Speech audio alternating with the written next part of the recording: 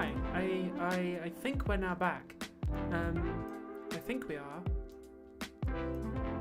I think that so many people logged on to the stream that the stream just broke and just went down. I'm sorry about that. That wasn't me.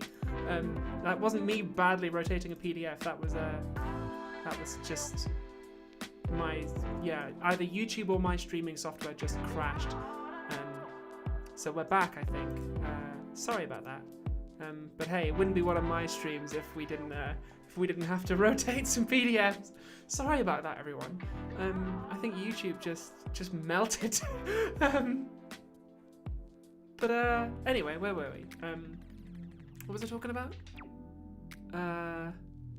Oh yeah, so long-time viewers of the post-mortem streams will know that okay, there's still like 2,000 people here now. Wow. Everyone calm down. YouTube's getting excited. So long-term viewers of the show will know that I have 3 criteria for when let me turn myself up a bit. Does that help? Keep checking in with the volume.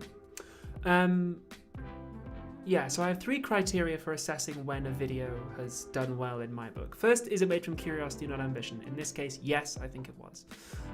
Secondly, have I made it from a place of compassion, both for myself and others?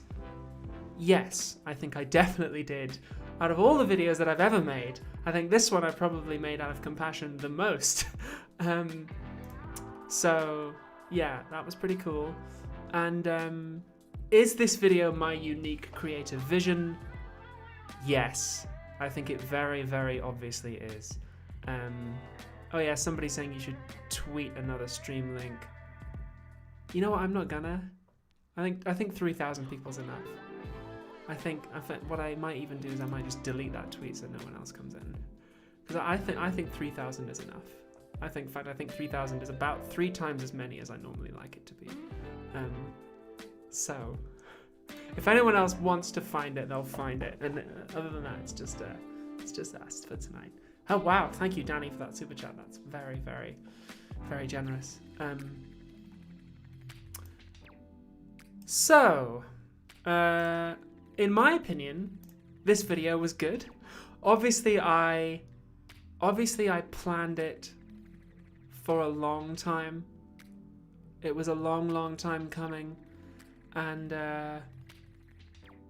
yeah, it went off without a hitch. I can't believe we kept it secret as long as we did. It was pretty amazing to see it all coming together, and I was really, really, very, very happy with it. Oh, so I suppose there are some things that I should say before we talk about the kind of behind the scenes stuff. So I know that a lot of people will have questions about my transition, so that I need to say there are some things that I'm not going to talk about. I'm not going to discuss any of my medical information, and I'm also not going to discuss my exact transition timeline. I've gotten hundreds and hundreds, if not thousands, of messages from people asking me to go into detail about those things, and I'm not going to. I even had a few people ask me, when did you start hormones? And I'm like, did I say I was on hormones? I didn't say that. You assumed that because you assume that being trans means that you're on hormones. You can assume that if you like. I haven't said either way, and you're not going to know, so there it is. Wow, thank you for these super chats. These are amazing. So I'm also not going to do makeup tutorials. I'll talk about makeup in a non-structured way, but I'm not rebranding. I'm not rebranding to trans content. Philosophy Tube is going to continue pretty much as it was, except now girl. So that's pretty awesome. Also, one other thing. Thousands and thousands of people have written to me asking whether I think that they are trans. I can't tell you that, I'm afraid. I can't do that. That's something you're gonna have to figure out for yourself. Sorry. But yeah, there it is. So with that out of the way, we can crack on, and I can show you some of the comments. Yeah. So we still now we're up to 4,500 viewers again. I feel like Stuart Lee. I'm like, you can't stop him coming. Hey, no, it's awesome. Thank you for coming along. So, I can show you some. See again with this black square. I'm a black square. I'm a black square. What am I doing? I'm doing window capture. Add source. Add a new source. And we are going to add some sauce. Where's my friend? Is this the friend? Yes, this is the friend. Okay, stand by for PDF rotation. Stand by for PDF rotation. Stand by for PDF rotation. PDF has been rotated. Okay, so let's read some comments. Rosie G9012 said, "This video helped me understand what it must feel like to be trans in a way that I never had before." I'm really glad you say that, because that was the whole point. The video went through a lot of different drafts. As I said in it, I've had a lot of time in which to write it, and it went through many different iterations. Eventually I watched a lot of trans coming out videos, and I found a lot of them to be quite samey, and so I wanted to do something different. I wanted to do something that no one had ever done before. Long-time viewers of the show will know that I like to make things that no one else could make. I want it to be uniquely mine, and I definitely tried to do that with this one. And as I said, or as I wrote for Reese to say in the opening of the video, I wanted to show people what it was like, not just tell them what it would be like for someone else, but to show you what it would be like for you to find out that you were trans. So the structure of the video. Yeah, come on now. What are we doing here? Nope. The structure of the video actually deliberately mirrors the kind of journey that I went on.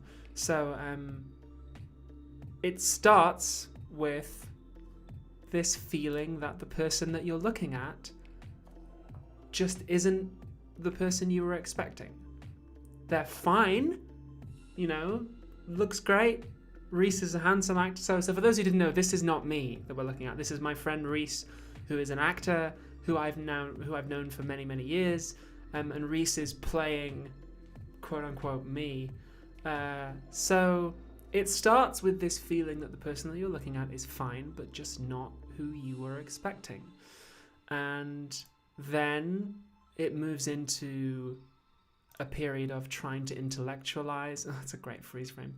Of trying to intellectualize and come up with a lot of theories as to why this unfamiliarity might be there. But then it moves into this period of confusion and sadness in these moments where you hear my voice coming over, interrupting Reese, and then you get this confusion and this sadness from him, and then there's this kind of long monologue and this sad breakdown, because ultimately the theory can't explain why it is that you're sad. And then finally one day the truth just walks in the door, and it deliberately mirrors the process of coming out, and then happiness. So that was the point. So when I got a lot of messages, including from cis people, saying that this video helped them understand what it was like, and yeah, that was very deliberate. That's why I made it that way. So I was really, really happy that really worked. I got a nice, where am I? What window am I in? I got a very nice comment from Evan Stone, who said it's so disconcerting to hear your mannerisms and your style of writing coming out of somebody else's mouth. And yes, that's the point. It's meant to be uncomfortable and strange and weird. And a lot of people actually didn't realize that Reese and I aren't the same person. Some people thought this was me, just filmed ages ago or something. But no, this is actually a completely separate human being. The whole point was that it's supposed to make you uncomfortable, and it's supposed to be creepy and unusual. And you look at the person on the screen and it's not who you were expecting, because that's how I felt when I looked at the screen or when I looked in the mirror. So it's a deliberate, it's like poetry, it's like they rhyme. It's art! That's what I like to make. I'm a theatre maker, darling. So that was fun. I'm really glad that some people picked up on that. There was another clever comment from someone.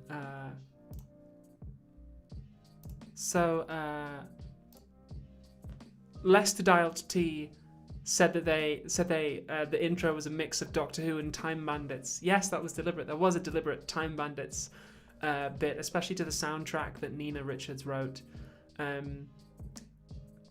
So I had originally planned on leaning a little bit more into the Time Bandits stuff. So this video went through several different iterations over the lengthy period of time in which I was writing it. I think there was an early draft where it was going to be a two-parter, and part one was going to just be called Masculinity, and it was going to be an Ellis and Strucci interrogation video. If you've seen my video, YouTube Art or Reality, it was kind of going to be like that again, except the two police officers, Ellis and Strucci, were going to be interrogating me in boy mode, looking for a missing person. And at the end, that they would sort of slide me a photo of the missing person, and I would claim not to know who it was. And at the end, it would be revealed that the missing person is a photo of me, and it was going to end on a cliffhanger. And then I thought, too self-indulgent, and too already done it. I was like, I want to do something new. So I threw that idea out, and then there was a plan to do a lot more interactions between me and Reese. Like, he was going to just present what seemed like a normal Philosophy Tube video until about halfway through, when I would come in and say, oh, I'm sorry, I'm late for the... And then there'd be some kind of confrontation between us. But it was too complicated to film, and it was also a little bit hokey. I wrote some notes towards scenes of what the interactions between us might be, and then I was like, nah, this dialogue is too... It's very, very hard to film dialogue scenes, and also if you do it wrong even just a little bit, it really shows up. So I thought, no, I'm not really happy with this, I don't want to do it. Then there was a plan. So at this stage, I knew that I wanted Reese to play, quote unquote, me.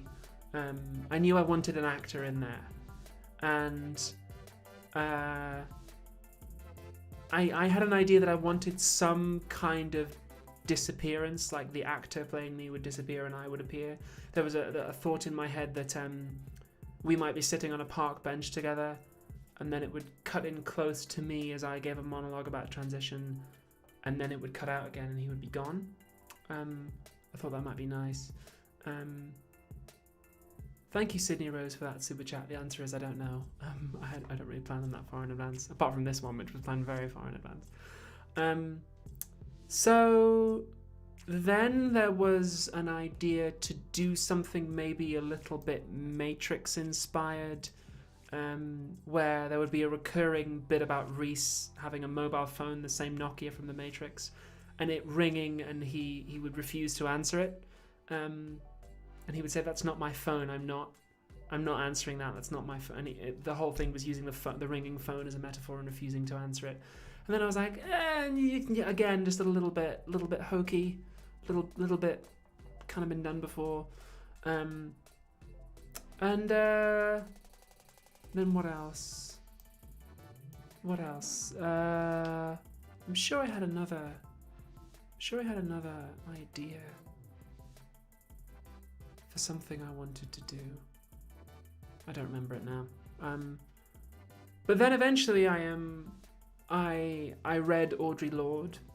I read her book, and that gave me an idea to sort of base the intellectual content around her work, and also Charles Mills's essay From Blackness Visible, which informed a lot of the intellectual content about comparing Descartes to other philosophers. So that was good. And I had a brief idea of about half a day where I thought, I'm going to do it about like a Doctor Who themed video. I was going to hire a TARDIS, and at the end Reese was going to regenerate. And I discounted that for a few reasons. First of all, I thought as soon as the video opened, I was like, it's immediately obvious what's going to happen. So obvious. A video called Identity that's being filmed inside a TARDIS, yeah, you know what's going to happen. I thought, that's dull. I don't want people to know. I don't want people to be able to predict what's going to happen before they watch it. And also, I basically couldn't find a set. There was an interior TARDIS set in Cardiff, but I was like, I'm not paying for the cast and crew to travel to Cardiff and film something in the middle of a pandemic for a day. I was like, that's ridiculous. So in the end, I decided to strip it right back and say, what needs to be here? I really liked the idea of there being an actor. I really liked the idea of him being on a stage. And then I realized that the transition, I guess, between part 1 and part 2 could be something very simple. It could be as simple as him bowing and disappearing. And then crucially, when you see him, he's on the stage because he's a performance. And then when you see me, so you see him bow, he's on the stage. And when you see, he disappears. When you see me, I am not on the stage. Because we are not in unreality anymore. We are not a performance anymore. Now we are in the real world. Welcome to the real world. So that was fun. Another thing I really wanted to... I really wanted Reese to have this final monologue, this kind of goodbye, because I knew that, I predicted, and I was right, that a lot of people, especially men who watch my show, might, feel something almost a little bit like grief for this old character. I didn't just want to appear straight out the side and go, ta-da! Like everything you thought you know was bullshit. I wanted to give it this moment of wait and goodbye, to acknowledge that this is a serious thing that's happening, and that this is kind of the end of an era. It's the end of the Black Star trilogy. You know, he's got the cosmonaut t-shirt on. It's sort of the end of that and the beginning of something else. And there was a really, really interesting and very sensitive and thoughtful discussion over on Reddit, believe it or not, on r/menslib. There was a very thoughtful discussion about loss and disappointment and losing a quote-unquote male role model. There was a very, very sensitive discussion about it, which I appreciated a lot. So big shout out to r/menslib. But I knew that some people would feel a kind of sadness as a result of this. And I'll be honest with you, like there are parts of transition that are sad and that involve letting go.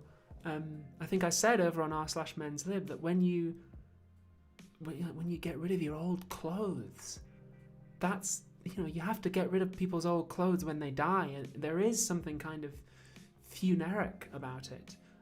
It is a kind of a letting go, at least, and I wanted to give that moment a little bit of weight, whilst also not dwelling in the suffering and the pain and the end of it. I was like, it is a new beginning. He has this line. Reese has this line where he says, "I feel like I'm dying. In fact, I feel like I've been dead for years." And he says, "I think I have to leave." And it is a sad moment, but yeah, I wanted to give it that weight. And it, I thought it went well. People seemed to like it, which is nice. What else? I'm just going through my my notes here. But yeah, Reese did an amazing job. Yeah, we've known each other for years. He's an excellent actor, and he was my first choice for cast as well. I said to him, I was like, "Do you want to do this?" And he was like, "Oh, hell yeah!"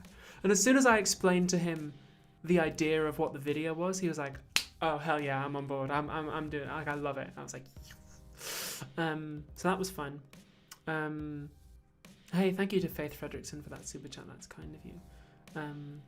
Yeah, at some point after the pandemic's over, I want to go on Reese's channel and just hang out and play video games, because he's wonderful, and he did an amazing job with this role. It was really good. So yeah, I was very proud of how the video all came together. I will say, so something that I've picked up through the grapevine is that some trans people found it difficult to watch the video, or they were reluctant to sit down and watch it even though they knew I'd come out, because it can be hard to see other people progressing in their transition. I mean, it's not the same thing as jealousy per se, but if you see other people that are happy in their transition, it can highlight ways in which you're still sad about your own. And I absolutely know how that feels, and I don't begrudge any trans person who feels that way and says, "You know what, I'm happy for her, but I'm going to skip watching the video." Seeing other trans women progress in their transitions as I was stuck waiting was painful to me. So I understand that an awful lot. And something I do want to point out and make very clear is that it might appear to you, having watched this video, that I transition, it's just very, very quick. It happens like that, that he just disappears, there he goes, and it takes all of 5 seconds, and then boom, suddenly I'm there. But something I want to sort of make very, very clear is that it only appears that way because I deliberately engineered the video like that. So in reality, like every trans person who transitions, my transition was incredibly gradual, and involves 2 steps forward and 1 step back at times, and there is awkwardness and pain and slow change that you didn't see because I deliberately hid it. You don't see all of that stuff because I engineered the video this way. It looks like I just flipped a switch and came out, but it wasn't like that at all. It's because I've been hiding it from you for so long that I was able to make it appear that way. So what you see in this video and what you see on your phones isn't necessarily reality. And also you have to remember that I had a long time in which to deliberately structure and plan basically a PR campaign, with a coming out photo shoot and an interview in Extra magazine and simultaneous announcements across all social media platforms, and even forthcoming interviews with people. And there are a lot of content creators parallel to me who knew about this well in advance and who were saying, yes, as soon as you come out, we'll get you on Ballin' Out Super, we'll get you on Trash Future, we'll get you on X, Y, and Z, so that you've got a build-up of people who are very clearly publicly accepting you for who you are. I mean, there were a lot of journalists who knew about this well in advance, who were there. It's like, yes, we're going to help you, change your public image around. So, yeah, just bear in mind, I don't begrudge anyone who looks at a video like this and is like, shit, like, this makes me feel like crap. I don't think you should feel bad about that at all. Yeah, just know that it's not real. Thank you for that super chat, Carl Rothfuss, who says, how will you handle your characters? I don't know, actually. Haven't decided. I don't want to box myself in creatively. So I'm writing my next video at the moment, and there may be a chance for Sir Nigel Piss to come back. And I was thinking, should it be Sir Nigel Piss, or should I gender bend him and have him be like Dame Nigella Piss? Should I do that? And I was like, I don't know. I don't know what I'm going to do. I haven't decided yet. I thought I would play it by ear because, as I say, I don't want to box myself in creatively. We'll see. I don't know.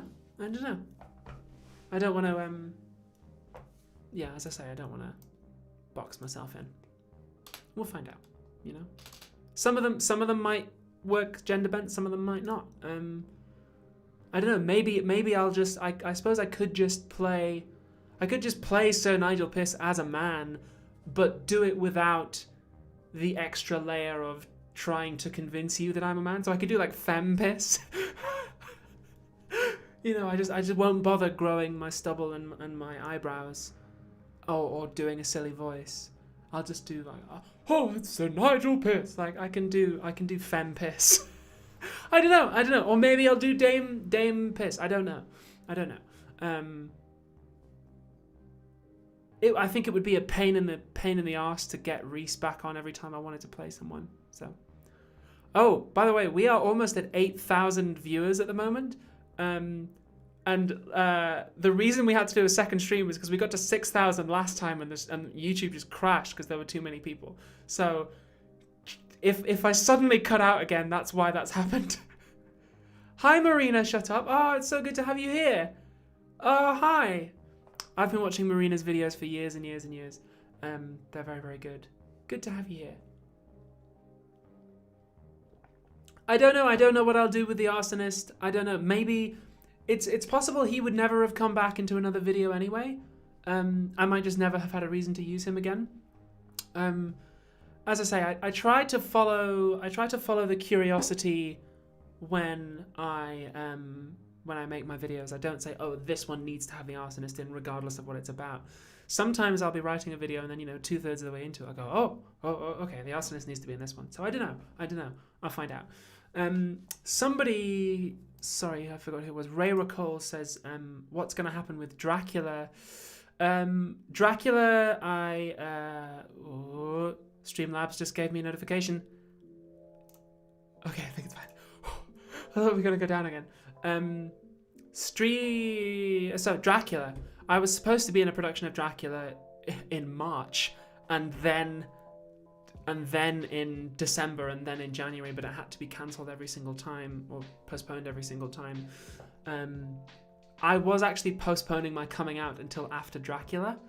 And when we finally cancelled Dracula for good, I was like, okay, now I can come out, because I know that a lot of people were very keen to see Dracula, and some people have saying, well, just play like female Dracula.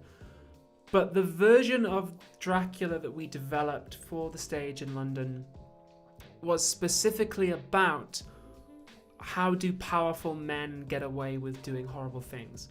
And the version of Dee Dee, Dracula, that we created was basically Jeffrey Epstein if he was immortal. That was what the play was about.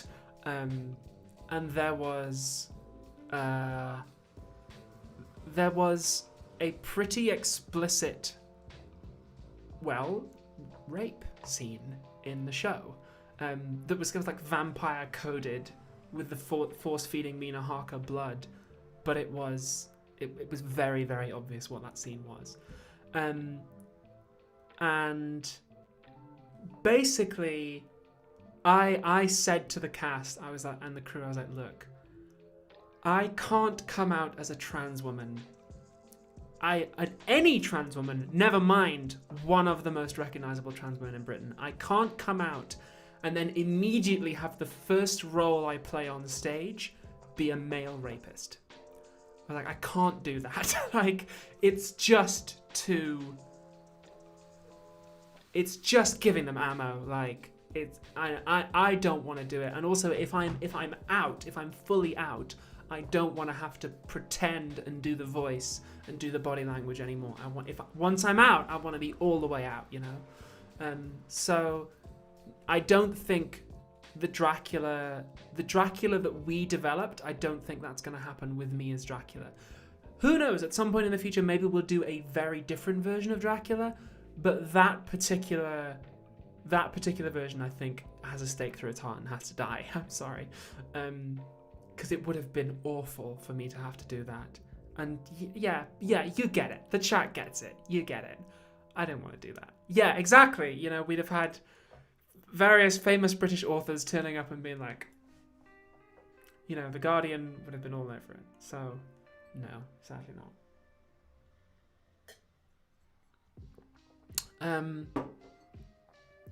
So yeah, we do have some amazing fan art from the last video, which I would love to show you, and will show you. But first, I have some questions from patrons. So again, long-time viewers of the show will know that patrons who sign up to a certain level, get to ask me a question that I'll answer on stream. So I've got a few to get through. So Katie Fenn is a patron who asked me, what piece of clothing makes you feel like $1 million? Well, I tell you what, the dress that I wore in this video is, or rather was, one of my favorite dresses. If not my absolute favorite. I do love it.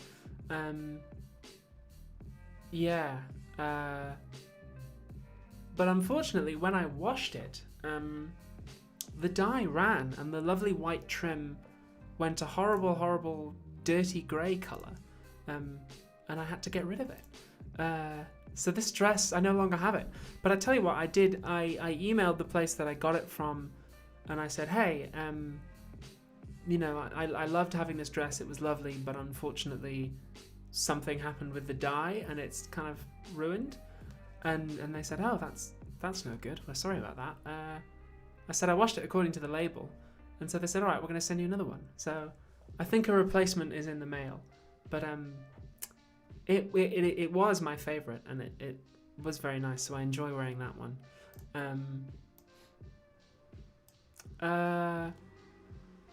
Goat Carter is another patron who asked me, what is a project, professional or personal, that you have not done but you think you would like to do someday? A podcast, actually. A lot of people have been asking me to do a podcast for quite a while. And I am delighted to finally say that, yes, I am going to be doing a podcast. Me and two trans friends of mine, Alice and Devon, are going to be starting a podcast. We've recorded the first episode already. We're going to be starting it hopefully within the month. It's nothing to do with philosophy, and it's nothing to do with trans stuff. It's just us having some fun. Just shooting the shit, talking about a series of films that we all have strong opinions about. I won't tell you what the name is yet or anything, but yeah. So I've been looking forward to doing that. It's something that we've been planning for a long time. At some point we were like, oh, we really need to do this, and I said, yeah, let's do it. As soon as I come out, let's record it, so that I don't have to, keep changing voices. So yeah, There's going to be a podcast soon. Again, nothing to do with philosophy, nothing to do with trans stuff. Just us having fun and being daft. So that'll be good. What else do we have? So we've got a good couple of questions here. Dana Bixby asked me where, specifically where, not what, but where is language? Which I think they meant is language in the brain, or do we learn it? Does it come from outside?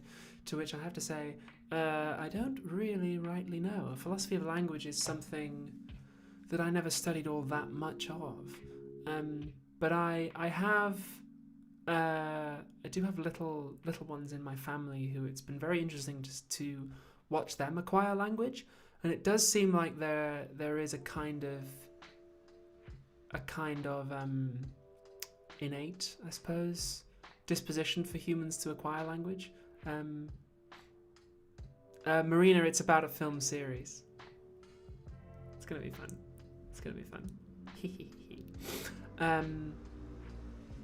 Yeah, so it seems like people have some kind of natural ability to acquire language, although I don't know. I wish I could give you a more in-depth analysis there. Oh, when I said Alice, sorry, I forgot there are 9 million trans women named Alice. Trans women choose a name that doesn't begin with A, challenge. Yes, Alice Caldwell Kelly. Alice from Trash Future. You'll find out what series it is. It'll be coming soon. Yeah, Alice Caldwell Kelly and Devon is Devon. That's who they are. So yeah, that's gonna be fun. I'm enjoying this music. And the last patron question before we get to the fan art is James asked, "Is there a good non-confrontational way to deal with people who are kind of casually homophobic or transphobic in conversation and assume that you will agree with them?" That's an interesting one. I am quite non-confrontational as a person generally. So when somebody says something that's really out of line and I can't just let it go, sometimes I find it useful to frame it as a question. I'll go, "Well, that's interesting. Like, why do you think that?" Or, "Oh, cool. That's, what led you to that conclusion?" And it just kind of sometimes highlights that their position can be questioned. I don't know the details of the situation that James is in here, but something that's nice to, a nice way of broaching a topic is to say, "Oh, that's interesting because," or, "Oh, it's interesting that you say that because I actually read something very different from that." Quill made the costume for Dracula. Quill made an amazing costume for Dracula. I tell you what, Quill, I will still pay you for that because you put in a lot of work for it. And if at some point you send me the costume, maybe I will have a reason to use it in a video. Maybe if the Vampire Economist comes back, I could, I don't see why I couldn't do. So that is a character that if I wanted to play the Vampire Economist again, I can see that would be fine to just gender bend and just have the Vampire Economist be a woman now. Could even do something quite interesting with that. Whereas some of them, like Nigel Piss and the Arsonist and Drivel, I think have to be male. There's a kind of, the Arsonist definitely has to be a man. Although I did come up with a plan a long time ago for expanding the Arsonist's family a little bit. So there might be, if I probably won't gender bend the Arsonist, but maybe at some point, if I have a reason to use her, there might be a kind of Harley Quinn to his Joker. That's an idea I came up with a while ago. But Quill, if at some point you get me that costume, I will still pay you for it because you put in all the work. And I'll, that'll be fun. And maybe I'll find some reason to use it. Although my body proportions have probably changed a little bit.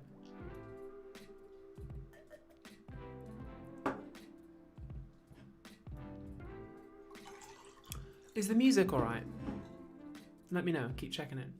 I don't think that there could be a female Drivel.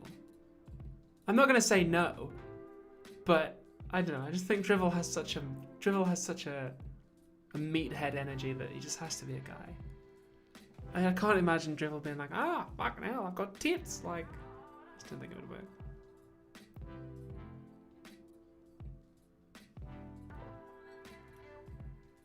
Oh, thank you to whoever just super chatted me, Martin Thomas. Yeah, a million people have asked me how I want people to spell Abby. I don't mind. I don't care. Any way you like. Doesn't bug me. It's nice though, isn't it? It's a nice name. I was happy when I came up with that. I was like, ooh, yeah. Oh, it was down to two. I realized my name needed to be was Abigail, and then I found out that Ben Shapiro's sister is called Abigail, and I was like, is it too late to change to Adelaide? And I was like, I don't think I'm an Adelaide. I don't think I'm an Arda. I think I might invent a character at some point called Adelaide. So I also didn't want that kind of confusion. All right then. Well, those are all the Patron questions I had. Oh, there were a lot of people in the comments of my video who tried to explain away Audre Lorde's metaphor about being legally blind, which is a metaphor that I used again and again in the video. I assume those people all came over from Cinema Sins and just don't like metaphors. But there you go. Some people just they like things to be literal. Okie dokie. Yeah, Adelaide Thorne doesn't go quite as well. But Abigail Thorne flow as well. Amanda Thorne, no. I knew an Amanda once who no, I knew a bad Amanda. I don't want that name. No offense to Amandas, but I was like, not me.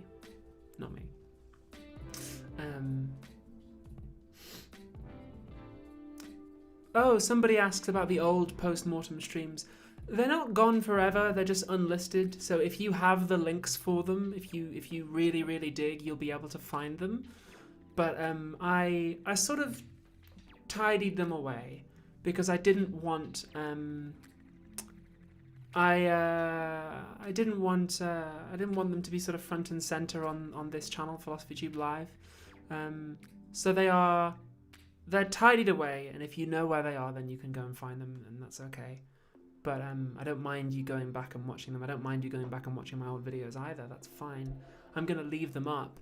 I did prune a few of them, just some of the ones that I thought, okay, people are gonna go through this and take it out of context, and so I pruned a few of them and unlisted them, and yeah. I don't mind you going back and watching the old ones. That's fine. It's weird for me to go back and watch them, so I don't. And I have also changed my notifications on YouTube so that if somebody comments on an old one, I don't get notified, so I don't have to have it, popping up. But I don't mind, a lot of them are good. A lot of them are good videos, so I don't mind you going back and watching those. For now, I reserve the right to change my mind later. But yeah, for now, I'm not planning on taking them away. Well, maybe I could get Tom Scar to play Ian Drivel. That might be fun. Oh well, we'll see. I'm not going to box myself in. But anyway, let's look at some fan art.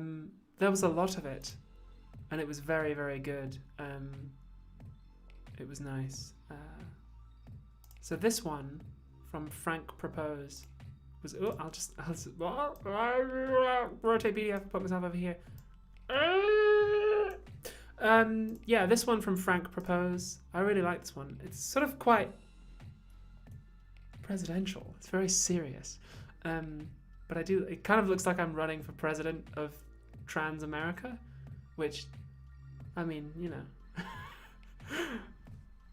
yeah, I think there'll be a few challenges to that. But I enjoyed this one too from Lady Victoria. You can see the artists' names down in the bottom left, by the way. A lot of people said that the video had big Doctor Who energy, and that was, I think, kind of deliberate. It just I allowed it to happen. So this This shot is quite BBC. This shot is quite BBC. And also the opening, obviously the opening credits, which were made by Matt Lay, who did an amazing job with these. Oh, I love them. Like, the hyperspeed. It's so good. And then, so this is very, very Doctor Who. So I think that was why some people said, that's why some people said it had big Doctor Who energy.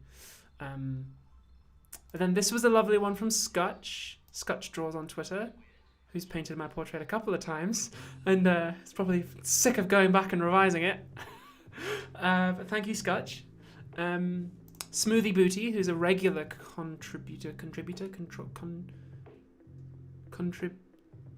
Smoothie Booty, who regularly draws good, drew this one, which I like. God, I bloody wish my chin looked like that. I enjoyed this one too from Purple Mirror Art on Tumblr. Nice little facial expression, that. Oh, I gotta tell you this. So you know all the photos, the photo shoot. There's a few I haven't released yet, but all the photos that we've done so far that you've seen. I did a professional photo shoot with a lovely photographer who said, "What's the vibe you want to go for?" And I said, how about Emma Watson if she was 6'1" and captain a women's rowing team? And the photographer was like, yeah, I think we can make that happen. And we nailed it. I think we nailed it. I think it went very well. Yeah, I thought the photos came out very nicely. I really enjoyed this one also on Tumblr from Romana, Queen of Space. This one's very, very nice. Again, wish I had that chin. Whoa. Oh, great question in the super chats from Poppy Appleby. I'll take a break from fan art just to go over that. So, what am I doing? Full screen. So Poppy Appleby, Appletree, excuse me, asks, was the accompanying video deliberately modelled on the Queen's speech? So this one. So it wasn't deliberately modelled on the Queen's speech, no. But the dress that I'm wearing, and well, first of all, this is just the room that the stage is in. It's just kind of handy that this, when you flip the camera around after it's done pointing at the stage, this is what you see. And we decided to use it, although I did book the venue because I wanted this chair and stuff. So it wasn't modelled on the Queen's speech, but how to put this? I knew well before I came out that my ability to continue having a career after I came out would depend on a few things. It would mean, first of all, making the switch very quickly and very easily for all of you, and also for the bulk of my audience who watch the show casually. I knew I needed to make it quick and easy for them. I knew that I know that the next 2 or 3 episodes of the show need to be good and need to not rock the boat too much. I think there will be a lot of people who say, okay, I'll see where you're going with this. So I know that the next couple need to be good and pretty by the book. I'm not going to try anything too wild with the next one. There will be some, different looks and different costumes, but it's going to be pretty by the book, pretty, straight down the middle philosophy tube. And I also knew, maybe this is an England thing, and it's unfortunate that this is the case, but I also knew that there is a particular understanding and aesthetic of what being a woman, of what being a public figure in England is, which is this kind of ladylike, ladiness. It's the Duchess of Sussex. It's Emma Watson, if she was 6'1" and captain a women's rowing team. There is this understanding that in order to be a woman in public, to be a public figure who's a woman in England, there is this kind of expected air of elegance and grace and just a certain way of being and presenting. And I'm very, very aware that as a trans woman, I am never going to be allowed to fully enter that kind of mode of being. But I thought that it would help, at least to start with, if I didn't come out in, you know, cat ears and thigh highs. I was like, okay, I need to... There's a kind of delicate, white, posh femininity, as people are saying in the chat, that I thought, okay, it's going to help people understand if this is what I mean. If I look and sound like the kind of woman public intellectual that they already know, it's going to help. It sucks. I'm not sure I'm explaining it very well. And it sucks that I have to do that, or that I feel I have to do that. At least to start out by doing that. So there was this... I did deliberately design the aesthetic of the video to be this kind of elegant, like wearing a dress, non-threatening, very natural makeup. Emma Watson, if she was 6'1", you know, stylish but not too stylish, non-threatening vibe. I think that people could very, very justly criticize me for choosing to do that. Yeah, I think it's a fair criticism. And I think Marina says, "How do you think British femininity differs from American femininity?" American femininity is hot. That's the difference. So yeah, basically, I know what my casting is. And I knew that if I played to my casting, it would help people understand. So that's why there's the leather wingback chair, and the globe, and the chessboard floor, and the smart coat. I mean, I don't go around looking like this all the time. But there is... Yeah, that's kind of what I was trying to do. Because I know what my casting is. My casting is not like sexy girl next door. My casting is, well, what they told me at drama school is your casting is period hottie, sexy doctor, or discount Tom Hiddleston. Probably can't do discount Tom Hiddleston anymore, but period hottie, sexy doctor, I can still do that. So I know that I have, well, I know that I'm white for one thing, and I know that I have the voice, and I know that I have the kind of BBC energy. So I was like, if I play to my strengths, it's going to help people get it. So that's why the video has that kind of aesthetic. Yeah, I think people will justly point out, first of all, that not everyone can do that. Secondly, that it's not going to work. It's not going to, you know, I'm not going to be invited to have dinner with Julie Bindel just because I can wear a dress and say, hello, good evening. You know, it's not going to happen. I know it's not going to work, and I know that respectability politics is... but I thought if I could have a little bit of that BBC energy, and there's even a moment in the coming out statement where I say, my love goes out to every trans person within the sound of my voice, in Britain or overseas, which is a quote from King George. Like, it's very, you know, BBC public woman, energy voice lady. That's what we're going for. So, yeah. And then there's room to depart from that. But basically I knew that in order to have a career as a public woman who's known for, you know, her knowledge and her ability to present rather than her beauty, because I know that I'm never going to be... I'm not a famous model. I'm not Monroe Bergdorf, you know. I'm not a Kim Petras, who's a woman known for her incredible performance skills. I'm not even a Natalie Wynn. I've got this sort of BBC presenter intellectual vibe.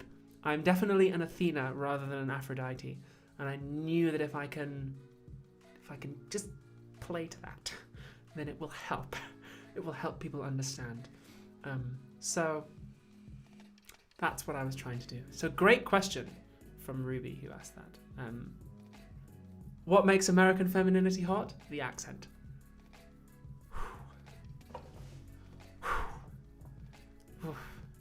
American accents. Wow. So good. So good. I love that. Anyway, what were we talking about? Fan art. Yes. Thank you, Matt Nolan, for that super chat.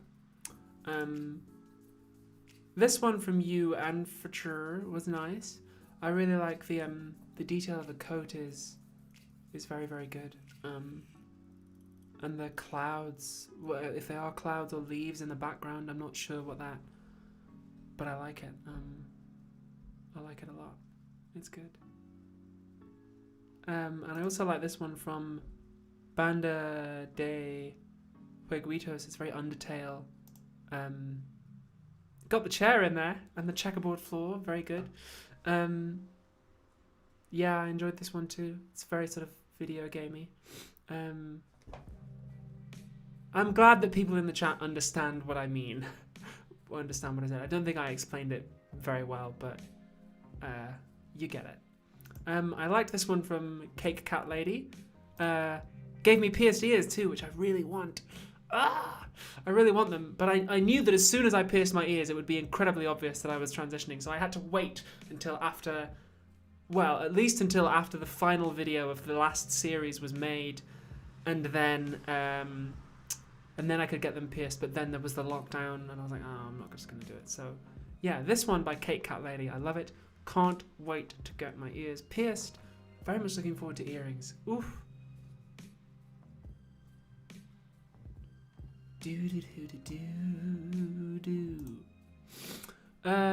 This one from you, M3ZIX. I enjoyed this one too. People really liked the chair. People really like the chair. Orange says, how have your folks reacted to the media and your coming out? That's a personal question. I'm not going to tell you. I'm glad that somebody asked me that. I knew somebody would ask me personal questions. Don't feel bad about it, but I am not going to tell you. Boundaries. We like to have them. I enjoyed this one from Midnight 2718, who's done some fan art of the show before. Love the space vibes. Very, very cool. I knew I picked a good dress. I thought about wearing this top in the coming out, but I thought, no, I'll go for a nice dress. Again, BBC energy. And then a nice, I'll wear my favourite coat too for the actual big moment. And I got the rights to David Bowie's Black Star! I can't believe it! Thank you very much to Sony Music and RZO Publishing for giving me the rights to David Bowie's Black Star for this moment. I've wanted that for so long because it's the Black Star trilogy that starts with Cosmonaut video and then Men Abuse Trauma and now this. And I got, for the big moment, I got the song and I was like, yes! It took me so long, so many emails and an amount of money that I'm legally not allowed to disclose. But they did give it to me for cheap. But I did get David Bowie's Black Star. Yes! It took a hell of a lot of work. Woo! But I got it. I also enjoyed this bit of fan art from Sad Cookie, the conclusion of the Cosmonaut trilogy. That was it. I did consider getting an actual Russian spacesuit, and then as Reese was giving his monologue, I thought about just being standing there at the back, and then I would take the suit off. But I thought it was a bit too. If you haven't seen the original Cosmonaut video, it kind of doesn't really make a whole lot of sense. I wanted. So what I like about the Black Star trilogy is that you can watch each one on their own, and if you've seen all three of them and you understand the through line, then you get more out of it, but you don't need to have seen it in order to understand. You can watch just this video on its own, You don't need to have seen Men Abuse Trauma. You don't need to have seen, what was it, Suicide and Mental Health was part 1. So there you go. Oh, you're right. I would have blended into the chair with this top on, says the F me. Good thinking. I enjoyed this one from Schminerio. This is very Avatar: The Last Airbender. I look like I would be sort of bending energy. I like it though. It's very cool, very cheeky. I like this one from Ziafia too. Like the colours on that, and this one's quite cute from what does that say? Spoop You. These are all I got them all from the Philosophy Tube subreddit and from Tumblr, by the way. So if you ever do fan art, usually whenever I announce a stream, suddenly about a couple of minutes after I announce the stream, there's 4 or 5 new bits of fan art on the subreddit because people know that I trawl through the subreddit and take the fan art and put it on here. So. And this one from Wissa YT. Wow. Again. Wish I had that bone structure. Look a lot like my mum in that one, which I really like. Yeah, this one's gorgeous. Thank you so much. Very, very special. The fan art was wonderful.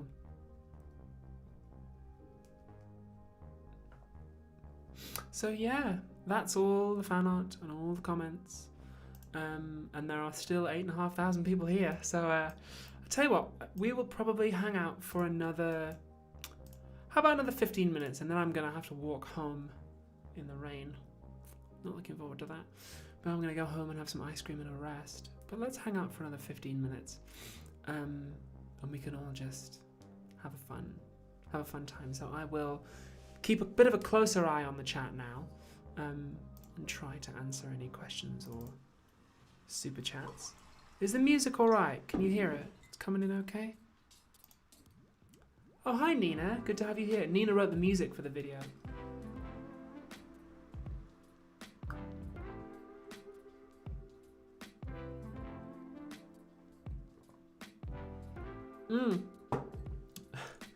People are asking about how do pronouns work when relating to your past videos.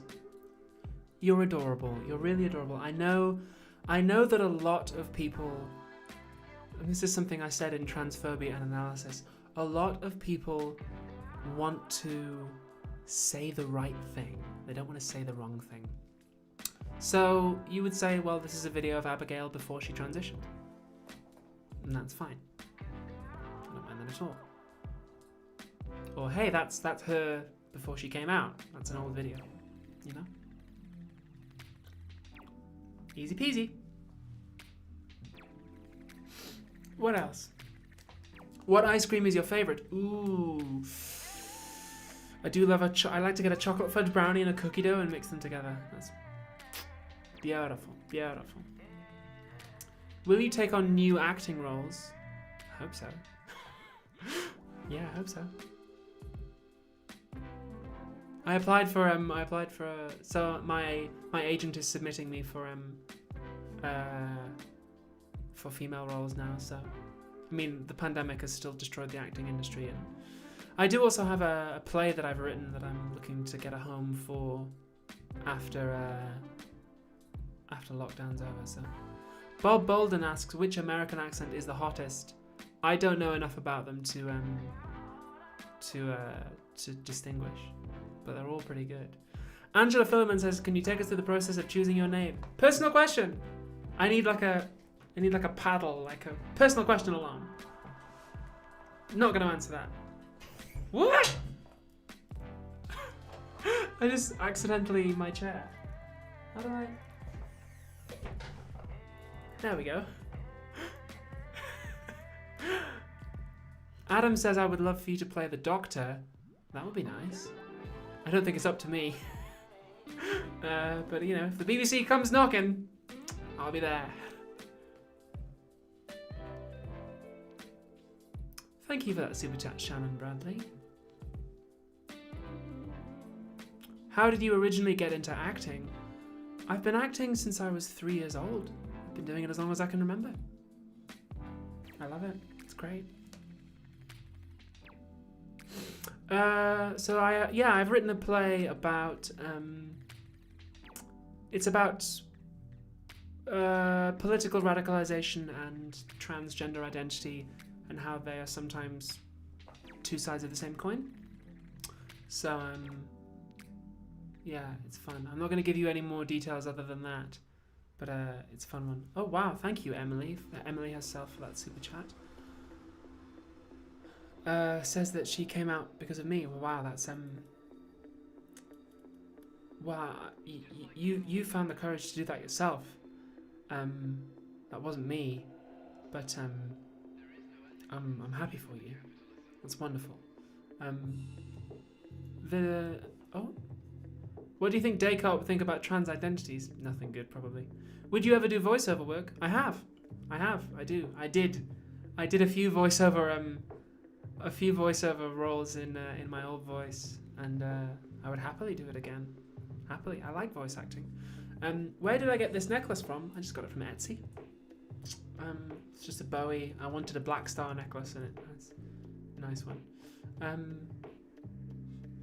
The lightning bolt is just, it's Bowie. It's Ziggy Stardust, I think.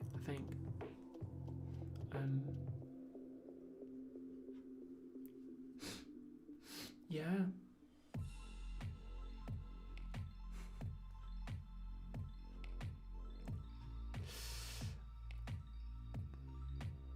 What else have we got? Oh, thank you, Appalachia Folkwitch. I am glowing with happiness, although it's also the lighting and my highlighting powder, but yes.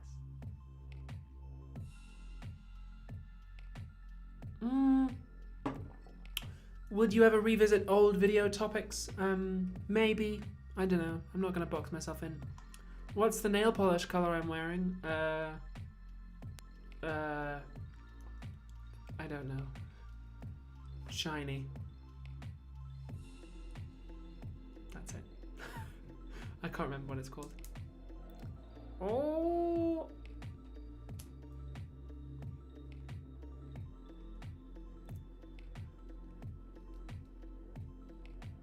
Have you watched It's a Sin? No, I have not. I've heard it's good. What was it like making the 5 jobs before YouTube video knowing this was coming? Fine. Same as making all the other ones. What made you decide on Black Star for the video? Oh, so this is a good question. Well, first of all, I really love David Bowie's Black Star album. I think it's one of my favorite works of art ever, and I've enjoyed it for years. It's been one of my favorite for a long time since it came out.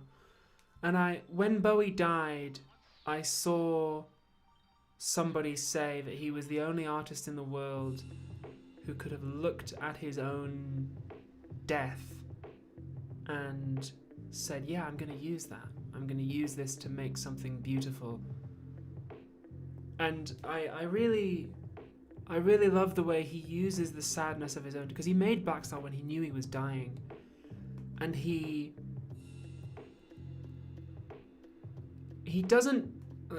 could have gone on and gone like da da da da da da, and that's it. You die. You laugh in the face of death, and then you go. But he doesn't do that. He doesn't just make fun of it or make light of it. He decides to look it right in the face and make something beautiful out of it. And I love that. I think that's a very difficult thing to do as an artist, and I was inspired by that. So when I made the first video in the Black Star trilogy, when I made Suicide and Mental Health, I was like, that's what I want to do. I don't want to make something funny out of it. There might be fun in it, but I want to look this in the face and make something beautiful. And then when I made Men Abuse Trauma, I did it again. And then when I was making this video, I wanted to do it again. I wanted to make the conclusion to the Black Star trilogy. And also there's that line in the song Black Star, something happened on the day he died. Spirit rose, a meter stepped aside, somebody else took his place and bravely cried, I'm a Black Star. And I thought, ooh, yes, I want that bit. because it's an album that I've listened to a lot when I've been through hard times, and that means a lot to me. And it's just that work of art, being able to look at something as awful as your own death and say, I'm going to use this to make beautiful art. I think that's amazing. So I decided to use it.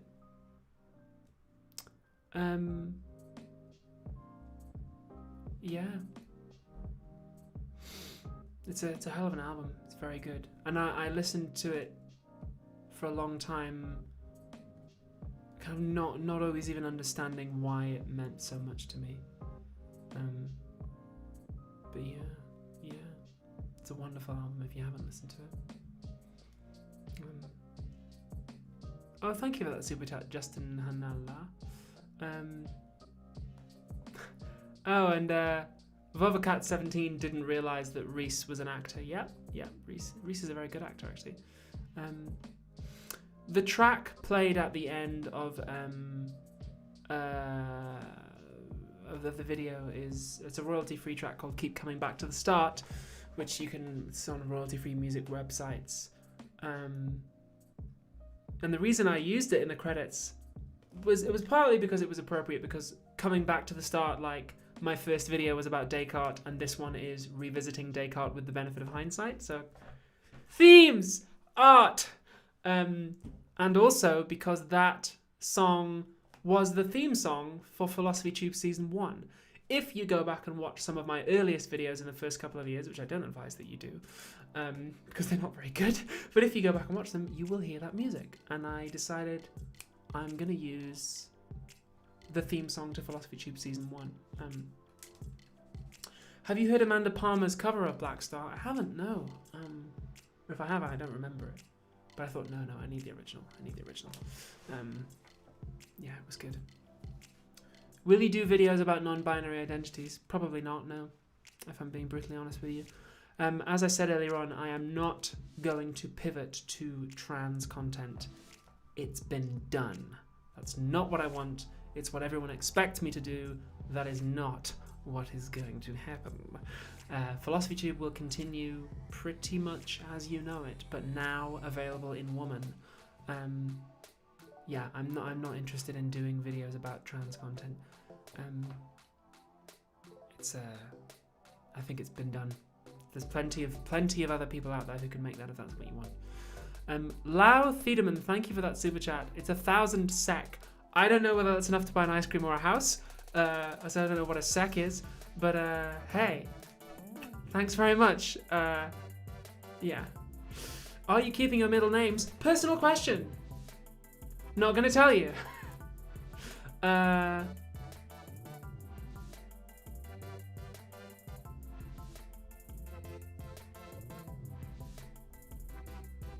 I'm going to show the video to the students of Mind and World when we go over personal identity. Oh, cool. Thanks, George. That's great. Yes, I really think that Charles Mills's essay about the implicit whiteness of the Cartesian subject is very, very interesting. I reference it. I know that a lot of people will pay attention to this video and be like, trans woman. But actually the philosophy is really, really good. If you're just here for the philosophy, then Charles Mills's essay is very, very interesting, which is why I like it. Oh, wow. So apparently 1,000 SEK is a lot of money. Wow. Thank you very much.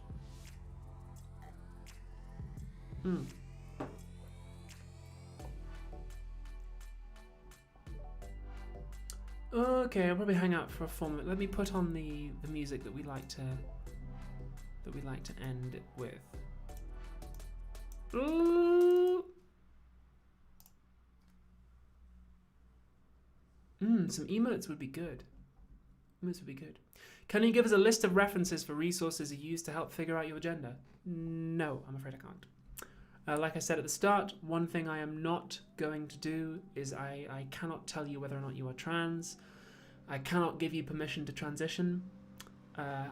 Believe me, I know the desire to reach out to public trans people and say, what do you think? I know what that is like, and I can't tell you either way, I'm afraid. You're gonna have to figure it out for yourself. If something I have made already has helped you, then that's wonderful. But I can't tell you that, I'm afraid. I've received thousands of messages from people asking me to do that, and I'm afraid I just can't, because I don't know you or your life. So you will have to figure it out on yourself, on your own.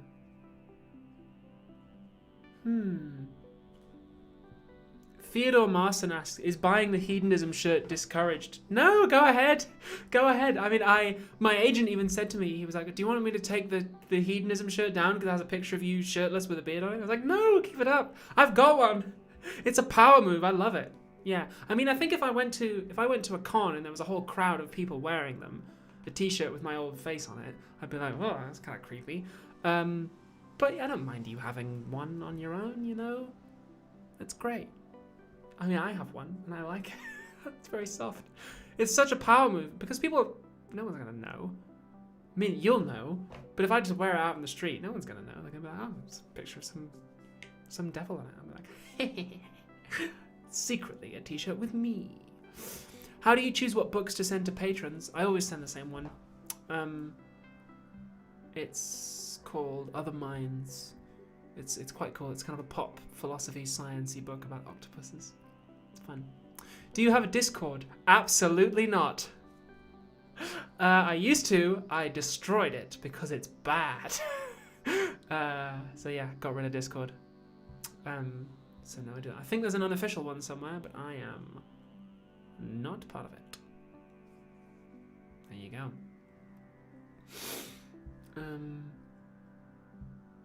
Oh, Zeta Zimmer wants to start doing their own video essays. That's cool. There you go. People are saying, would you be interested in talking about Taoism? I tell you what, the answer to the question, are you ever going to do a video about this, is always maybe. I don't know. I don't plan them very far in advance. I kind of know what the next one's going to be about. It's about a good sort of bit of classic ethics that gets, you know, you go over it a lot in Philosophy 101 classes. If you've taken a philosophy class, you'll know these arguments, you'll have engaged with them before. And I thought I would do that with just a little bit of a twist. And that would be a nice, fun one. Because again, as I said earlier, I know that the first couple of videos, the next couple need to be nice, solid, by the books, straight down the middle of philosophy tube. So that all the people who watch casually will go, oh, okay, yeah, I can still vibe with this. So there you go.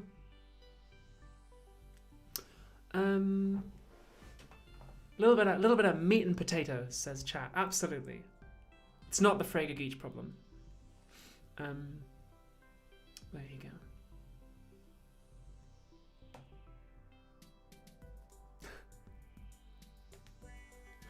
Somebody says, are you going to do a video about dogs? I don't know. Dogs? Why dogs?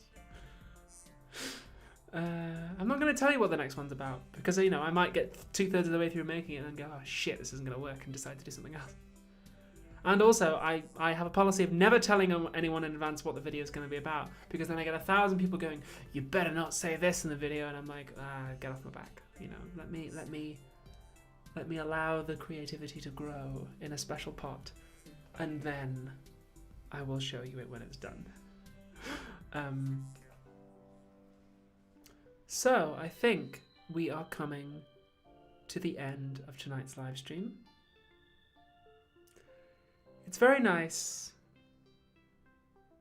I thought I wasn't going to cry. It's very nice to do a live stream like this for once. Finally, to just get to do it as me. To not have to do the voice. To not have to change my clothes back as soon as I turn the camera off. It's lovely. So thank you all for coming out. Haha. Thank you to all 8,000 of you for turning up. Next time I'm not going to announce it in advance. I'm just going to do it. And this is too many people. It's too big. But thank you. Thank you all for coming out. And for not just sort of being here on the stream, but also just, you know, thanks for sticking with me and for rolling with it. I can't answer why, just go with me, as David said. So I will love you and leave you. Thank you for turning up. Thank you for breaking YouTube with the live stream. Sorry about that. And take it easy and have a great night. I'm gonna go home and have some ice cream. Do I have to do anything tomorrow? No, I don't. I might have a lie in then. All right. Take it easy, everybody.